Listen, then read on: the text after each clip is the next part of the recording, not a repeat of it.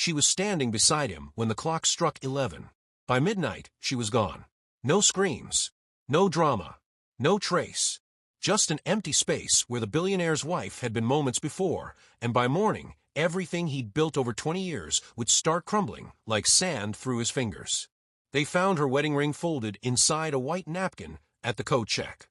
Her phone powered off, sitting on the marble sink in the women's lounge.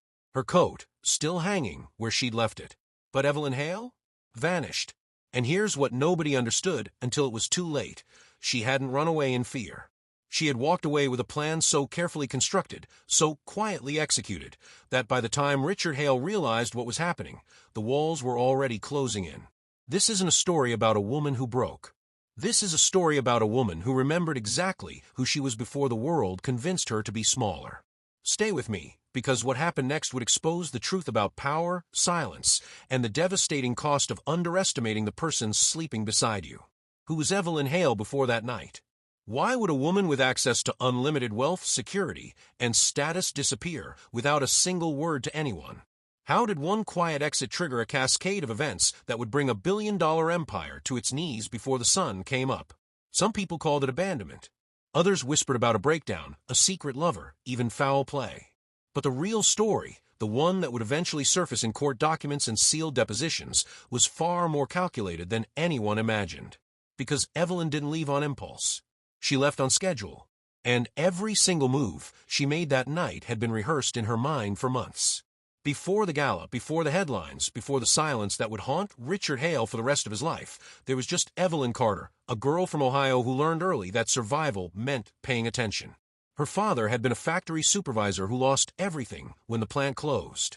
She watched him try to rebuild, watched him trust the wrong partners, watched him sign documents he didn't fully understand. By 16, she knew that the world didn't reward kindness. It rewarded preparation. She met Richard Hale at a university fundraiser when she was 24. He was 31, brilliant, and building a tech startup that nobody believed in yet except him. He loved that she asked questions. Loved that she read contracts before signing birthday cards. Loved that she saw potential in his chaos. They married 2 years later in a small ceremony neither of them could afford. Back then, Richard listened to her. When investors hesitated, Evelyn rewrote his pitch decks. When legal language confused him, she sat up late translating terms into plain English. She wasn't just his wife. She was his co-founder in everything but title. But as the company grew, as the money multiplied, as Richard became the man everyone wanted to meet, something shifted. Meetings she used to attend became meetings she wasn't invited to. Decisions they used to make together became decisions he announced after they were already made. Her name, once listed on founding documents, quietly disappeared from updated versions. Richard called it streamlining. Evelyn called it something else, but only to herself. She still played the role, smiled at charity events, wore the right dresses, stood beside him for photographs that would appear in business magazines under captions like "the power couple behind the billion-dollar vision." But late at night, when Richard was asleep, Evelyn started doing something she'd learned from her father's mistakes. She started reading every contract, every amendment, every trust document Richard's lawyers prepared. And what she found made her blood run cold. Not because Richard was hiding assets, but because he was hiding her. Before we go deeper into what Evelyn discovered, let us know in the comments where you're watching from. We'd love to hear from you. And if you're new here, click on the subscribe button so you never miss any of our upcoming videos. The annual gala was Richard's favorite night of the year. It was where deals were sealed with handshakes, where competitors circled each other with champagne glasses and fixed smiles, where Richard Hale reminded everyone why his name mattered.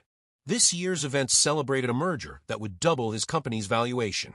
Evelyn had helped negotiate parts of that deal 6 months earlier, though her contributions would never appear in the press release. She chose ivory that night. Not white, not cream. Ivory, the color of bone, of endings.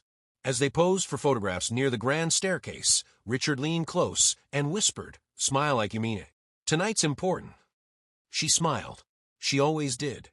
But while the cameras flashed, Evelyn's gaze drifted across the ballroom and locked onto a woman in emerald green. Richard's executive assistant. The same assistant who had started working late hours. Who laughed too easily at Richard's jokes. Who touched his arm in ways that lasted half a second too long. Evelyn didn't feel jealous. She felt confirmed. Because 3 days earlier, while searching for a misplaced insurance document, Evelyn had found an email thread Richard thought was permanently deleted. It outlined changes to their shared trust. Her name, listed as co-beneficiary since their marriage, had been quietly amended. Removed. Replaced with a corporate entity Richard controlled. The lawyer's note at the bottom was casual, almost cheerful. Per your request, Mrs. Hale's signature is not required for this type of modification. Evelyn had printed the email, filed it in a folder only she knew existed, and continued preparing for the gala as if nothing had changed. But everything had changed.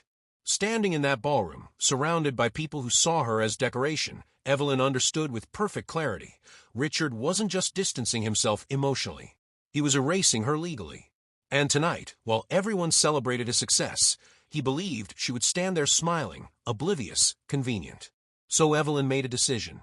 Not out of rage, not out of heartbreak, out of something far more powerful, self-preservation. She excused herself quietly, told Richard she needed the restroom. He barely looked up from his conversation. She walked past the marble columns, past the string quartet, past the ice sculptures shaped like his company logo. In the women's lounge, she removed her wedding ring.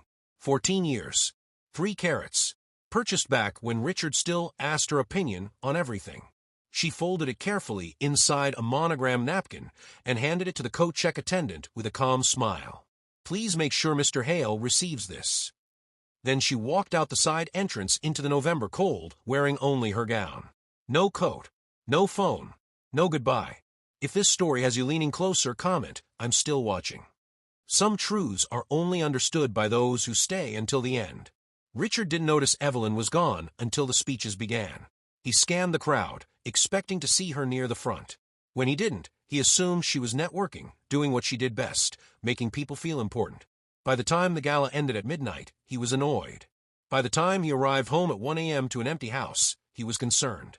By 3 a.m., when her phone went straight to voicemail for the 9th time, he was afraid. He called her friends.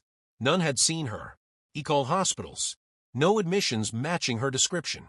He called his head of security, who checked traffic cameras and found footage of Evelyn leaving the venue alone, on foot, at 11:42 p.m. She had walked 4 blocks, then disappeared into a parking garage. No vehicle registered to her had left the structure. Richard spent the rest of the night pacing, trying to convince himself there was a rational explanation.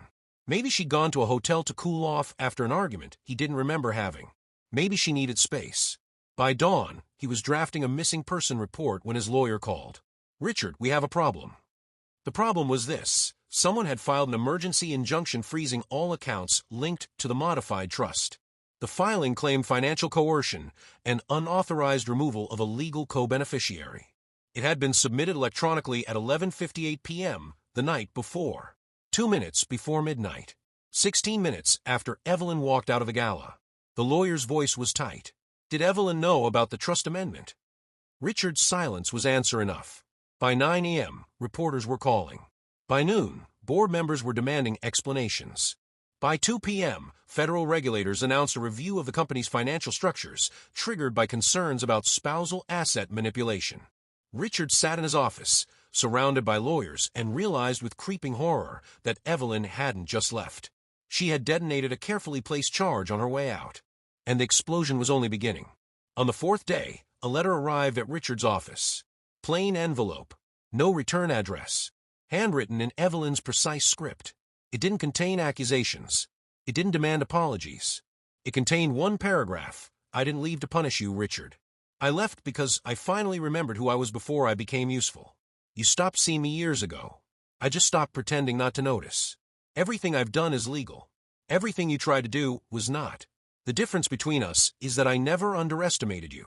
You should not have underestimated me. Investigators would later piece together what Richard never saw coming. For 18 months, Evelyn had been quietly consulting with attorneys. Not divorce lawyers. Financial protection specialists. She had documented every amendment, every excluded signature, every meeting she was suddenly too unimportant to attend. She had archived emails, recorded dates, built an airtight case that Richard's modifications violated their original prenuptial agreement, which guaranteed her co-beneficiary status in perpetuity. The clause Richard's lawyers missed, the one buried in subsection 7 of an agreement signed 20 years ago, stated clearly, any attempt to remove her from shared assets without written consent would trigger an automatic freeze and independent audit. Evelyn had insisted on that clause back when Richard had nothing. Back when he promised her they were partners. He had signed it without reading it carefully because back then he trusted her completely. She had never forgotten. And when Richard tried to erase her, that forgotten clause became a weapon she had been carrying all along. 6 months later, Richard's company survived, but barely. The merger collapsed. Investors pulled out. The board forced him into a reduced role. He settled with Evelyn privately. Terms undisclosed. But those close to the case said she walked away with everything she had legally protected, plus damages for the attempt to defraud her. Richard gave one interview afterward, his face older, his confidence gone. The reporter asked if he had any message for Evelyn. He stared at the camera for a long moment. Then he said, "I thought I knew her. I didn't." Evelyn was spotted once, months later, in a small coastal town in Oregon. No security detail. No designer clothes. Just a woman in jeans and a sweater buying flowers at a farmer's market. Someone recognized her and asked if she was happy. She smiled, the kind of smile that reaches the eyes. "I'm free," she said. "That's better." Because sometimes the most powerful thing you can do is not fight back. It's walk away. And let the truth you've been quietly building speak for itself. What would you have done in Evelyn's place? Stayed and fought publicly, or disappeared and let the system do the work? Do you think silence can be more powerful than confrontation? Drop your thoughts in the comments below. We read every single one. And if stories like this, stories that reveal the quiet strength people carry when the world isn't watching, resonate with you, subscribe to our channel. Hit that notification bell. Because we're just getting started, and the next story might be the one that changes how you see everything. Thank you for watching. And remember, never underestimate the person who's been quiet for too long. They're not weak. They're just waiting for the right moment to remind you who they've always been.